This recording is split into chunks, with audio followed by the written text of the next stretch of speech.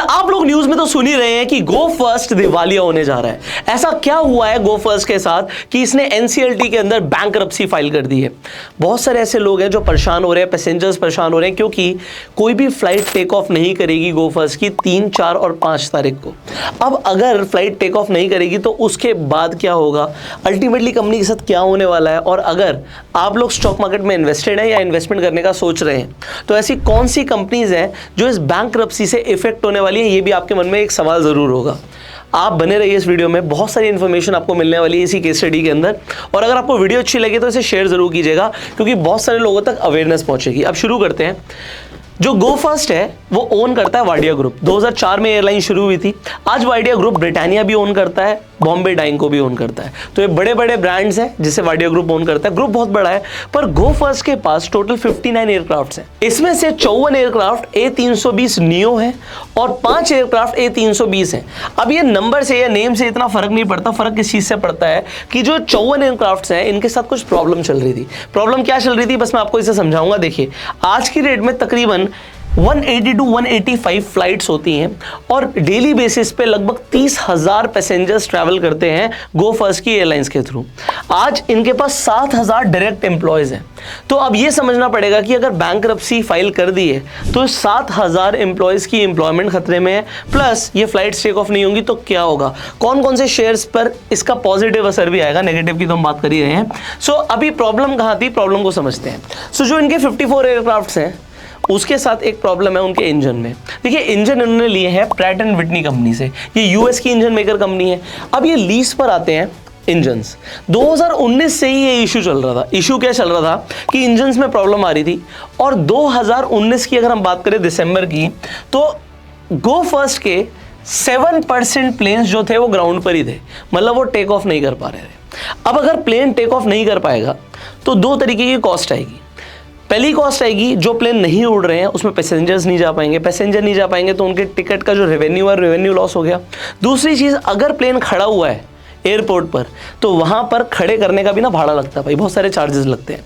Plus employees हैं आपके पास, उनकी भी कॉस्ट आप बेयर कर रहे हो क्योंकि आप निकाल नहीं रहे एकदम से। अब अगर ये सारी कॉस्ट आएगी तो कंपनी को घाटा हो रहा है। 2019 से घाटा होना शुरू हो गया। 2020 में ये इशू और बढ़ गया। 31% एयरक्राफ्ट टेक ऑफ नहीं कर पा रहे थे, तो ग्राउंड पे खड़े थे। और 2022 तक, अभी रिसेंटली हम 2022 की बात कर रहे हैं, दिसंबर 2022 की, इनके 50% एयरक्राफ्ट टेक ऑफ नहीं कर पा रहे थे, ग्राउंड में थे, जिससे कंपनी को 10,000 करोड़ से ऊपर का घाटा हुआ है। अब ये घाटा मैंने आपको बताया 2 तरीके से हुआ है। एक तो रेवेन्यू नहीं आ रहा, दूसरे बहुत सारे और भी एक्सपेंसेस हैं जिसकी हमने अभी बात करी। अब 10,000 करोड़ का कंपनी को घाटा हो रहा है। अच्छा, आप देख रहे होंगे यार, अभी गो फर्स्ट का तो यार IPO होने वाला था, 3600 करोड़ रुपए पब्लिक से उठाने वाले थे। तो आप लोग कहेंगे यार अच्छा हुआ IPO आने से पहले खबर आ गई, अगर आप लोग अपना पैसा लगा देते तो उस पैसे का क्या होता। अभी हम सबकी बात करेंगे उस पैसे का क्या होता। ऑलराइट, अब ये इशू जो चल रहा है ये यूएस की कंपनी के साथ चल रहा है। अब अगर यूएस की कंपनी के साथ चल रहा है और गो फर्स्ट इंडियन कंपनी है, तो इंडिया की कंपनी की लड़ाई है अब यूएस की कंपनी से। तो क्या वो इंडिया में केस फाइल कर दें? करना क्या है, अगर आपको इसके खिलाफ केस करना है तो जाना पड़ेगा सिंगापुर में SIAC पे, सिंगापुर इंटरनेशनल आर्बिट्रेशन सेंटर। अब ये आर्बिट्रेशन सेंटर क्यों बनाया गया है, क्योंकि जो ग्लोबल लेवल पे कंपनीज के बीच में जो ये फाइट्स हैं, डिस्प्यूट्स हैं, इसे रिजॉल्व करता है सिंगापुर आर्बिट्रेशन सेंटर। जो इंटरनेशनल आर्बिट्रेशन सेंटर है ये इशू रिजॉल्व करता है। तो यहाँ पर जब केस हुआ तो आपको पता केस किसके फेवर में गया, गो फर्स्ट के फेवर में गया। गलती प्रैट एंड विटनी की ही बताई गई, यहां पर इन्हें दोषी पाया गया और बोला गया कि आपको इमीडिएट बेसिस पे आपको 10 इंजन्स अप्रैल 2023, मतलब अभी जो लास्ट मंथ गया अप्रैल में, आपको 10 इंजन गो फर्स्ट को देने ही पड़ेंगे और दिसंबर तक, इसी साल के दिसंबर तक आपको 10 इंजन इन्हें और देने पड़ेंगे। उल्टा जो इनके नुकसान की भरपाई है वो भी प्रैट एंड विटनी को ही करनी पड़ेगी। अब नुकसान समझिए, 10,000 करोड़ का तो नुकसान ये हो गया, प्लस आपने बैंक से पैसा उठाया हुआ है, बहुत सारे क्रेडिटर्स होते हैं जिनसे आपने पैसा उठाया हुआ है, वो सर पर चढ़े हैं। किसके सर पर चढ़े हैं? गो फर्स्ट के सर पर चढ़े हैं कि भैया हमारा पैसा दो। यहाँ पर गो फर्स्ट डिफॉल्ट भी कर रहा था काफ़ी टाइम से, क्योंकि वो डिफॉल्ट कर रहे थे और क्रेडिटर्स बार बार प्रेशर क्रिएट कर रहे थे। तो यहाँ पर गो फर्स्ट चला गया NCLT के अंदर। अब NCLT हमारे इंडिया के अंदर अगर किसी भी कंपनी के ऊपर बहुत ज़्यादा प्रेशर क्रिएट होता है तो कंपनी बैंकरप्सी फाइल करती है। कंपनी बैंकरप्सी फाइल करती है तो कहाँ जाती है? एनसीएलटी के पास जाती है, नेशनल कंपनी लॉ ट्रिब्यूनल के पास जाती है। अब जब कोई कंपनी एनसीएलटी के पास जाती है तो एनसीएलटी के पास दो विकल्प होते हैं। पहला विकल्प होता है कि भैया इस कंपनी को बेच दिया जाए, ठीक है। इंसॉल्वेंसी का मतलब है कि एसेट्स बेच दिए जाएंगे और जो क्रेडिटर्स हैं जिन्हें पैसा लेना है उन्हें जो भी पैसा जिस हिसाब से आएगा वो दिया जाएगा। बट ये जो पहला विकल्प है इसे पहला लिया नहीं जाता, ये हमारा सेकंड ऑप्शन होता है। सो एक ऑप्शन तो है सिंपली इंसॉल्वेंसी, क्योंकि कंपनी इंसॉल्वेंसी या बैंकरप्सी बोल के चली गई तो इंसॉल्वेंसी के लिए एनसीएलटी देखेगा कि आगे क्या करना है। दूसरा चीज़ क्या होती है कि क्या इस कंपनी को रिवाइव किया जा सकता है, तो कोई रेजोल्यूशन यहाँ पर निकल सकता है। तो एनसीएलटी रेजोल्यूशन के लिए कि भैया कोई रेजोल्यूशन निकाल लो, एक कंपनी इतनी बड़ी कंपनी है इसे चला लो, तो एनसीएलटी यहाँ पर आईआरपी को अपॉइंट करती है, इंसॉल्वेंसी रेजोल्यूशन प्रोफेशनल को हायर करती है। अब यहाँ पर जो ये व्यक्ति होता है, इनकी फर्म हो सकती है, तो जो आईआरपी होता है वो पूरी कंपनी की एनालिसिस करता है कि भैया अगर इस कंपनी को अभी के भी बेच देंगे तो क्या पैसा आएगा, कितना पैसा रिकवर हो सकता है, प्लस अगर इस कंपनी को चलाना होगा तो क्या क्या स्टेप्स लिए जा सकते हैं, कोई प्लान ऑफ एक्शन तैयार किया जा सकता है। तो इस यहाँ पर आईआरपी का काम क्या होता है कि यहाँ पर ये कोई प्लान ऑफ एक्शन ले आए, और अगर वो plan of action committee of creditors को समझ आता है। भाई कमेटी ऑफ क्रेडिटर्स क्या है? भाई एक बैंक ने तो पैसा दिया नहीं, कई सारे बैंक्स हैं, तो उनकी कमेटी बना दी जाएगी। जिसने भी पैसा दिया, जो क्रेडिटर्स हैं जिन्होंने उधार दिया हुआ है, उनकी कमेटी बन जाएगी। और अगर 66% जो क्रेडिटर्स हैं, जो कमेटी बनी है उसमें से 66% लोगों का अगर अप्रूवल आ जाता है तो इस प्लान ऑफ एक्शन के ऊपर काम किया जाएगा। अब जो कंपनी चलाई जाएगी वो चलाई जाएगी इस प्लान ऑफ एक्शन के थ्रू।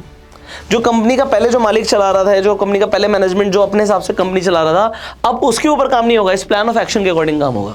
तो प्लान ऑफ एक्शन क्या हो सकता है? प्लान ऑफ एक्शन एग्जांपल के लिए हो सकता है कि आज जो आपका प्रैट एंड विटनी के आपने इंजन लिए हुए हैं, ये आपको इंजन सप्लाई नहीं कर रहे, तो अगर कुछ पैसा ये क्रेडिटर्स और दे देते हैं, इन्हें प्लान ऑफ एक्शन देगा आईआरपी कि भाई अगर तुम कुछ पैसा और दे देते हो इन्हें और ये किसी और कंपनी से टाई अप कर लेते हैं और इंजन ले लेते हैं, तो एयरक्राफ्ट्स को दोबारा से काम पर लाया जा सकता है, दोबारा से कंपनी रिवाइव हो सकती है। तो आप यहाँ पर या तो कुछ पैसा दे सकते हो इन्हें, उसके थ्रू ये किसी नई कंपनी से, भाई इंजन मेकर एक तो है नहीं, बहुत सारे इंजन मेकर्स हैं, तो किसी और से इंजन लिए जा सकते हैं, तो यहाँ पर कुछ और पैसा दिया जा सकता है जिससे कंपनी रिवाइव हो सकती है।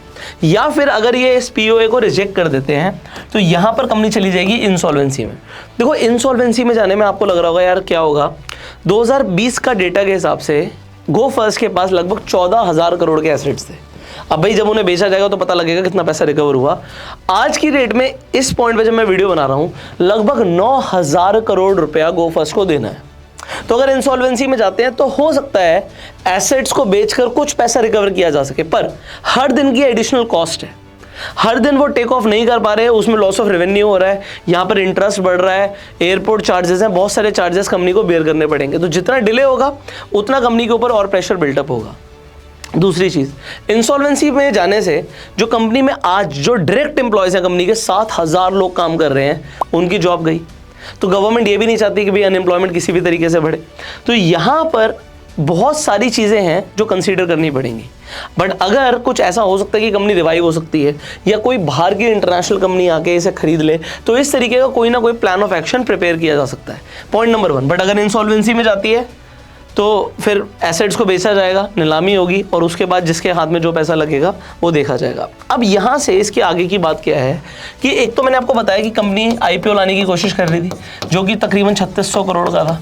आज की रेट में इसके क्रेडिटर्स कौन कौन है, आइए इन्हें यहाँ से समझते हैं कि अगर आप ऑलरेडी इन्वेस्टेड है, मैंने बोला था कौन कौन से शेयर्स पर डायरेक्टली फ़र्क पड़ेगा अगर कंपनी यहाँ पर बैंकरप्सी के लिए जा रही है, तो किन किन शेयर्स पर इफेक्ट आएगा देखते हैं। सबसे पहले तो बात करते हैं उन बैंक्स की जिन्होंने गो फर्स्ट को लोन दिया हुआ है। तो एक्सिस बैंक का आप आज शेयर देख रहे हैं 1.8% नीचे है। यहाँ पर एक्सिस बैंक एक क्रेडिटर है, दूसरा सेंट्रल बैंक क्रेडिटर है, 4.64% आज शेयर टूटा हुआ है। सिमिलरली बैंक ऑफ बड़ौदा एक क्रेडिटर है, 2.34% शेयर नीचे है आज। IDBI बैंक एक क्रेडिटर है, 0.82% इसका शेयर नीचे है। इनफैक्ट आपको नज़र रखनी पड़ेगी जो कंपनीज कनेक्टेड हैं वाडिया ग्रुप के साथ, जैसे वाडिया ग्रुप की और कंपनीज की हम बात कर रहे हैं तो बॉम्बे डाइंग आज लगभग 1% नीचे है, बट ब्रिटानिया जो है वो 0.4% के आसपास ऊपर है। तो इन शेयर्स के ऊपर आपकी नज़र होनी चाहिए अगर आप इनमें से किसी में इन्वेस्टेड हैं। तो लॉन्ग टर्म की हम बात नहीं करेंगे, बट शॉर्ट टर्म में डेफिनेटली असर पड़ सकता है अगर गो फर्स्ट दिवालिया हो जाती है तो। आई होप इस वीडियो से आपको काफ़ी कुछ सीखने को मिला होगा, काफ़ी सारी इन्फॉर्मेशन आपके पास पहुंची होगी। तो अगर आपको ये वीडियो वैल्यूएबल लगती है, इस वीडियो को शेयर कीजिएगा। फाइनली, अगर आप शेयर मार्केट में इंटरेस्टेड है, अगर आप चाहते हैं कि आप शेयर मार्केट में इन्वेस्ट करना सीखें, ट्रेड करना सीखें, तो आप हमारे चैनल पे कई सारी ऐसी वीडियोज़ हैं। इनफैक्ट हमने एक प्लेलिस्ट बना रखी है जो आप फ्री में जाके देख सकते हैं। आई बटन पर लिंक है, एंड स्क्रीन पर भी आपको लिंक मिल जाएगा। एंड अगर आपके पास अभी तक डीमेट अकाउंट नहीं है, आप एंजल वन पर जाके फ्री में अपना डीमेट अकाउंट खुलवा सकते हैं। इनफैक्ट एंजल वन पर अभी ऑफर चल रहा है, आप रेफर एंड अर्न के भी थ्रू अर्न कर सकते हैं। सो शेयर दिस वीडियो, अपना प्यार देने के लिए लाइक कर सकते हैं। अगर आपके कुछ सवाल आप कमेंट्स में पूछ सकते हैं। I will see you in the next video. Till that time, you go self made and जय हिंद।